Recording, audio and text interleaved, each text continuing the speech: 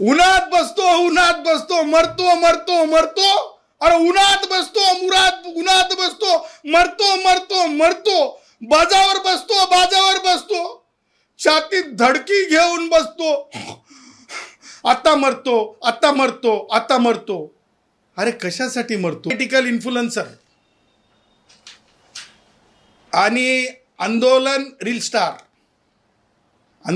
Star आणि political influencer Jarange नया नहीं. खिलाड़ी पुराना है लेकिन आज उसका रील नया है. Manoj Jarange political influencer. जेव्हा राजकारणी थोडासा डाऊनफॉलला असतात आणि त्यांना वाटतंय की थोडं स्वतःला उजळून घेऊ, तो चलो जरंगे के पास. पॉलिटिकल इन्फ्लुएंसर और रील स्टार जरंगे के बारे में बात करेंगे हम. आज आपल्याला हे बोलत असताना मला दोन गोष्टी आवर्जून सांगायच्या आहेत. उन्हात बसतो मरतो. अरे उन्हात बसतो मरतो. बाजावर बसतो छातीत धडकी घेऊन बसतो. आता मरतो. अरे कशासाठी मरतो? काय कारण? आणि मरतो. उन्हात बसतो आणि मरतो. तुम्हाला सांगतो, मनोज जरंगे हे जर अशा प्रकारे स्वतःच्या प्रकृतीवर घाला घालून घेत असतील आणि मनोज जरंगे ही व्यक्ती भावनिक, एक हिंदी म्हण आहे,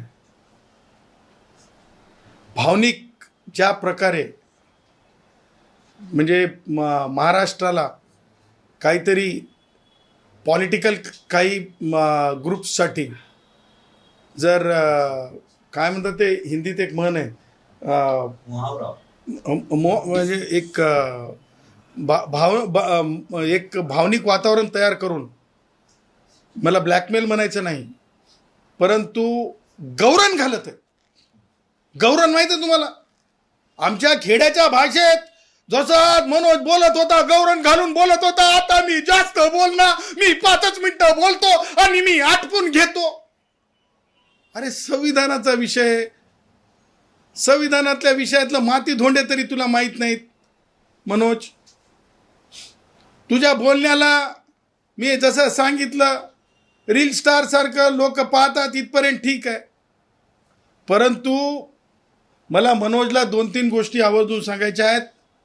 माननीय मुंबई उच्च न्यायालयाने मनोजच्या मागच्या उपोषणाच्या वेळेस स्पष्ट केलेलं आहे, प्रकृतीच्या बाबतीत कोणतीही कॉम्प्रोमाइज केली जात नसते कायदेशीरदृष्ट्या.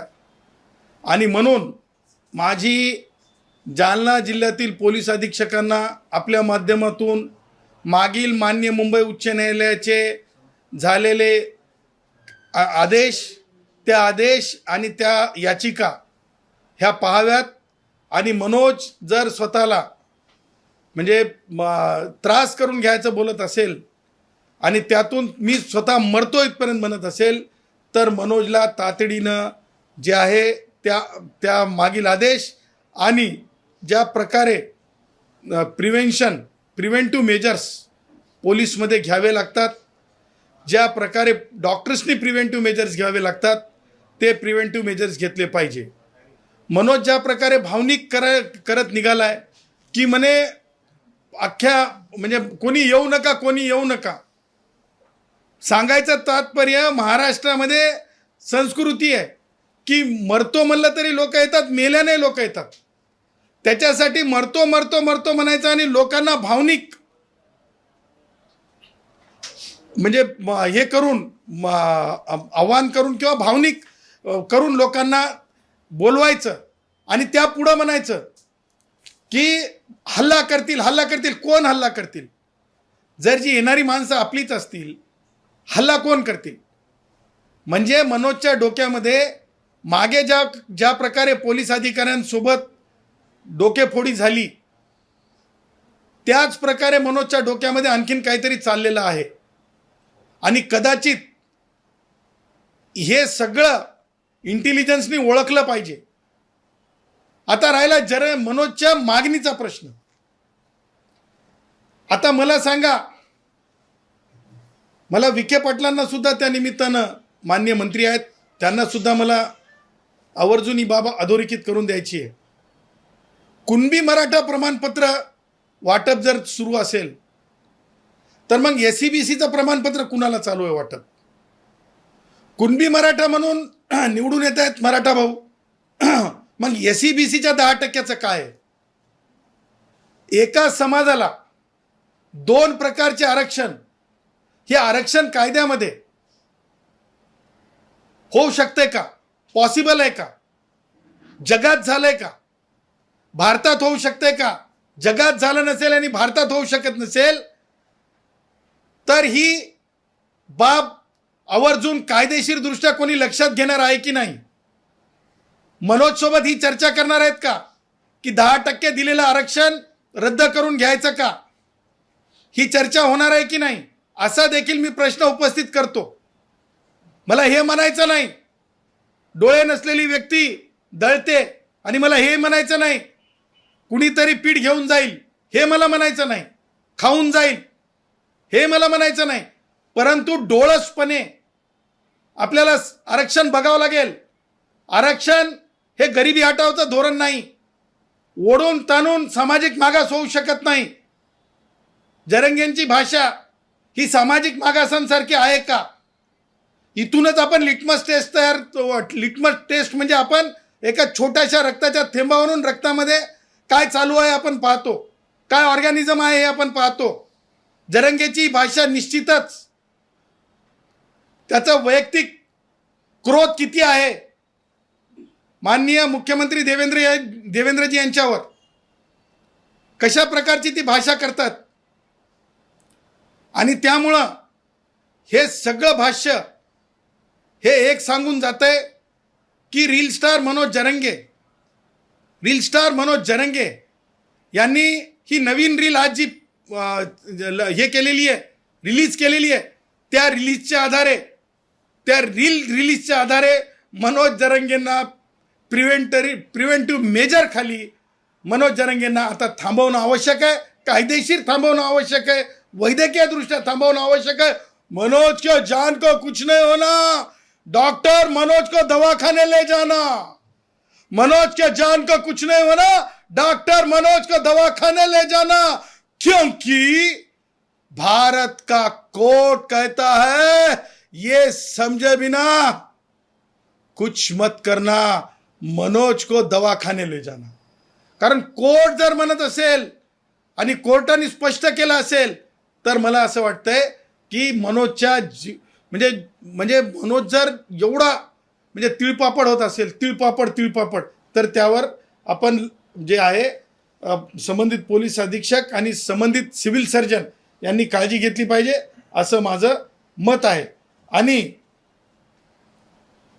हनलं मागे असं म्हणणं आणि त्याच्यातून एक वातावरण निर्माण करणं, त्याचबरोबर मनोजच्या ज्या मागण्या आहेत ती एकही मागणी संविधानिक दृष्ट्या टिकू न शकणारी असल्याने केवळ रील स्टारची त्या रीलच्या याच्यापुरती काय म्हणतो त्याला आपण विविंग पुरती तेवढीच मर्यादा असते.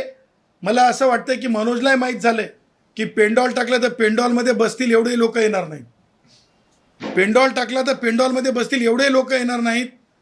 आणि म्हणून मनोज अप्रोधिकपणे लोकांना जे आहे म्हणजे भावनिक, मी म्हणणार नाही ब्लॅकमेलिंग, इमोशनल ब्लॅकमेलिंग म्हणणार नाही, इमोशनल ब्लैकमेलिंग करता है ऐसा नहीं कहूँगा भाई, इमोशनल ब्लैकमेलिंग करता है ऐसा नहीं बोलूँगा, पण इमोशनल लोक सामान्य नागरिकांना चिमटे काढत आहे की ते आलेच पाहिजे. हा दृष्ट हेतू नको येऊ म्हणण्या मागे आहे मनोजचा. आणि त्यामुळं सुज्ञ नागरिक येणार नाहीत या घडीला, म्हणून मनोज जरंगे हे टेंट वगैरे काही टाकत नाहीत. परंतु पत्रकार तरी राहावेत त्याच्याजवळ म्हणून पत्रकारांच्या बाबतीत मात्र म्हणते की एक थारी टाकतो. म्हणजे किती प्रसिद्धीची गुदगुदी आहे हे लक्षात ठेवा.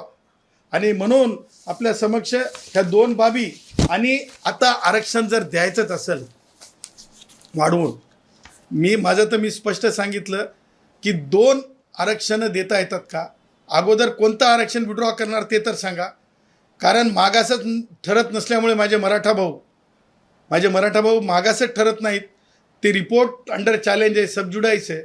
अशा परिस्थितीमध्ये 2 आरक्षण चालू आहेत, ह्याला उत्तरदायी कोणीतरी असलं पाहिजे. आणि हे 2 आरक्षणामधला नुकसान हे केवळ मागासांवर होत नाही तर खुल्या वर्गावर सुद्धा होतं आहे. ब्राह्मणांपासून, क्षत्रियांपासून, जैनांपासून, मग मागासवर्गातल्या सगळ्या जाती या खुल्या वर्गात येतात. हे 10% आरक्षण जर कुणबी मराठा म्हणून ओबीसीत जागा निवडणुका लढवत असतील माझे मराठा भाऊ, त्यावर तर आणखीन अंतिमता म्हणजे किती व्हॅलिडिटी झाल्या हा प्रश्नचिन्ह आहे. पण प्रमाणपत्र आणि निवडणुकींच्या बाबतीमध्ये मात्र एक मोठी अनगिनत नंबर आहे असं समजतंय. पण SEBCच्या रिझर्वेशनसुद्धा पॅरलल चालू आहे. त्यामुळं त्या बाबतीत विचार होत असताना एक कोणतं कमी करणार हे तर अगोदर सांगावंच लागेल. मनोजलाही सांगावं लागेल कोणतं नको ते तर सांगून टाक यार मनोज, एकदाचं ते तर सांगून टाक. आता त्या पुढं जाऊन माझ्याकडे अनाथ मुलं जी म्हणजे संस्था आणि म्हणजे जे आईवडील गेल्यामुळे अनाथ झाले ॲक्सिडेंटली, आणि जी मुलं म्हणजे ज्यांना आईवडीलच माहीत नाही, अशा लोकांनी मला निवेदन पाठवलेलं आहे. आणि देशामध्ये इतरत्र 1% जास्त आरक्षण दिलं जातं आहे असं त्यांचं म्हणणं आहे. म्हणजे जसं की तेलंगणा असेल तर 1 ते 5% दरम्यान मला वाटतं हा खरा घटक आहे जो आरक्षणात म्हणजे 1% आरक्षणामुळं काय होतं आहे की 100 जागा नसतील तर त्यांच्या वाट्याला जागाच येत नाही. आणि अनाथांच्या बाबतीमध्ये पॉझिटिव्हली विचार होणं आवश्यक आहे. जर 100 जागा नसतील आणि जागाच निघत नसेल तर त्या अनाथांना पुन्हा अनाथ करणं आहे. आणि म्हणून अनाथांचं आरक्षण 1% जास्त वाढलं पाहिजे. आणि आरक्षणच्या बाबतीमध्ये जे मनोज जरंगेच्या म्हणजे लाडाखातर बेकायदेशीरदृष्ट्या 2 आरक्षणं चालू आहेत, त्यावर व्हाईट पेपर पब्लिश करा. येणाऱ्या अधिवेशनात व्हाईट पेपर पब्लिश करा की SEBC म्हणून किती लाभ झालेत नोकऱ्यांमध्ये, महाविद्यालयांमध्ये, MBBS, BDS, इंजिनिअरिंगला, आणि कुणबी मराठा म्हणून किती प्रवेश झालेत आणि किती लाभ झालेत. ही जिम्मेदारी आहे, ही जिम्मेदारी ही सरकारची आहे. सरकारनं व्हाईट पेपरसुद्धा पब्लिश करावा अशी देखील मागणी करतो. आणि अनाथांसाठी आरक्षण वाढवून द्या, अनाथांसाठी आरक्षण वाढवून द्या. मला माहिती आहे या घटकाला कोणी ॲग्रेसिव्ह नेतृत्व नसणार आहे, परंतु माझे हात जोडून विनंती आहे, या अनाथांना 100 जागा नसतात म्हणून 1% रिझर्वेशनच मिळत नसतंय. कारण रोस्टरला 1 जागा येण्यासाठी 100 जागा असाव्या लागतात. 20-30 जागा, 30 जागा असल्या, 10 जागा असल्या तर रिझर्वेशन मिळण्यासाठी रिझर्वेशनचा टक्का वाढावा लागतो. या अनाथांचा नाद कुणीतरी बनला पाहिजे. आणि म्हणून माझी आपल्या माध्यमातून सरकारला विनंती आहे की अनाथांच्या आरक्षणामध्ये वाढ झाली पाहिजे. ह्या रिझर्वेशनला कुणाचाच विरोध असणार नाही. आणि अशी कळकळीची आपल्या माध्यमातून मी म्हणजे आव्हान देखील सरकारला करतो की त्यांनी अनाथाचं आरक्षण वाढवावं, ती चर्चा करावी. अनाथांच्या वाढीव आरक्षणासाठी उपसमिती स्थापन करावी. आपण सगळ्या जाती धर्मांसाठी मंत्रालय स्थापन करत आहोत. लोकशाहीमध्ये चांगली गोष्ट आहे. कुणबी मराठा मंत्रालय जरी स्थापन झालं तरी आमचं काही म्हणणं नाही, कारण त्या बाबतीमध्ये जास्तीत जास्त मंत्रालय स्थापन होणं हे डेमोक्रॅटिकली खूप चांगली गोष्ट आहे. परंतु अनाथांसाठी एक स्वतंत्र मंत्रालय असावं. कारण अस्थिव्यंगांसाठी किंवा अपंगांसाठी जर मंत्रालय बनत असेल तर अनाथांसाठी सुद्धा तशा प्रकारची व्यवस्था निर्माण करावी, जेणेकरून त्यांना एक धीर मिळेल, अशी आपल्या माध्यमातून मी आवाहन करतो. महाराष्ट्रातील ताज्या बातम्यांसाठी बघत रहा टाइम्स टुडे टीव्ही. सोबतच शेअर करा, सबस्क्राईब करा आणि बेल आयकॉन प्रेस करा.